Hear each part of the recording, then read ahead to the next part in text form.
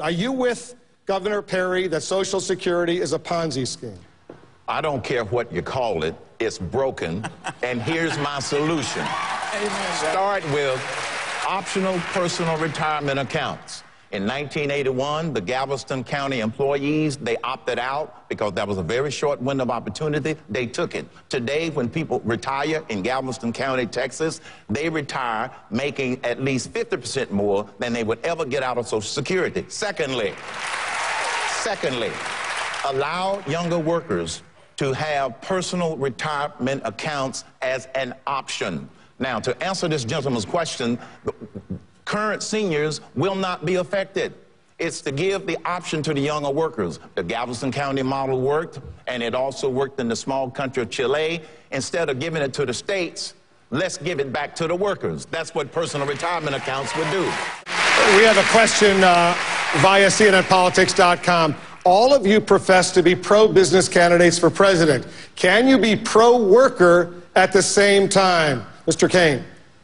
The answer is absolutely yes, because I was a worker before I was an executive and before I was a business owner. Absolutely.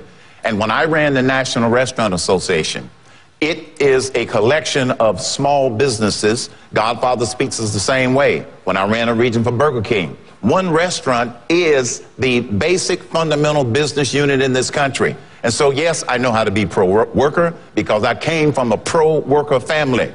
My mother was a domestic worker. My father was a barber, a janitor, and a chauffeur, all at the same time. I understand work because that's how I came up. So the answer is absolutely yes. The two are not mutually exclusive. But what we need is the right leadership. Starting with, are we working on the right problems? If we keep tinkering around the edges on the tax code or tinkering around the edges on Social Security, we're not going to solve the right problem. Thank you, Mr. Cain. Mr. Cain. Yes. You were once with the Kansas City Federal Reserve. Should it be audited? Yes, it should be audited. And secondly, I believe that its focus needs to be narrowed. I don't believe in ending the Fed. I believe in fixing the Fed.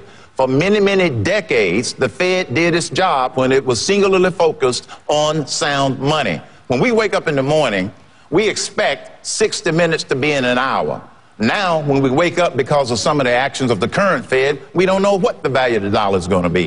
In 1988, it took $1.2 in order to be able to convert from Canadian to U.S. It is now totally reversed because of the current policies of the Fed. What is your plan to reduce the cost of health care so that our insurance premiums and other related costs can also be reduced? All right, Mr. Cain. First, repeal Obamacare in its entirety. Amen.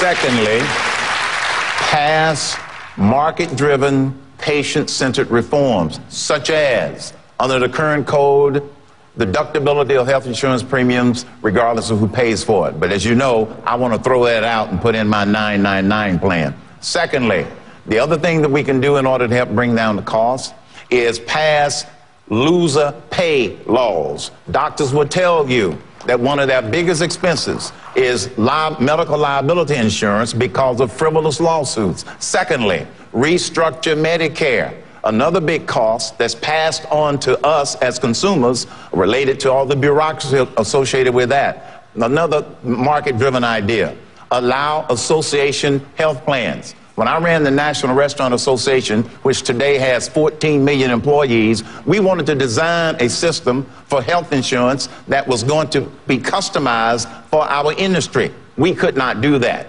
We need to be allowed to do that, and so should other organizations and other associations. Thank you, Mr. Cain. What will you do in your first 100 days in office to assure the American people that energy independence will finally become a reality? Mr. Cain. The first thing that I would do in order to assure that we get on the road to energy independence, and I do believe that we can because we do have the natural resources to do so, we've got to remove some of those barriers out of the way that are being created by the federal government. I would start with an EPA that's gone wild. That's where we start. I would put together a regulatory reduction commission for every agency, starting with the EPA, this Regulatory Reduction Commission, one of my guiding principles is, if you want to solve a problem, go to the source closest to the problem. So the people that I would appoint to that commission will be people who have been abused by the EPA. That would be the commission to straighten out the regulatory burden. This economy is on life support. We need a bold solution, not one that tinkers around the edges, not one that allows the politicians to continue to pick winners and losers. I believe we throw out the entire tax code and put in my 999 plan.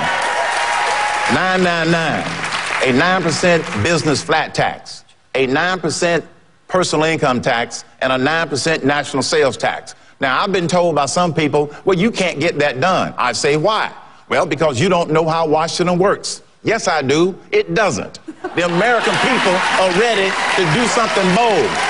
We need a bold solution in order to get this economy growing at the maximum rate. I agree with many of the others up here who say, you get the government out of the way, American entrepreneurship, American businesses, they will create the jobs if we provide some certainty. Governor.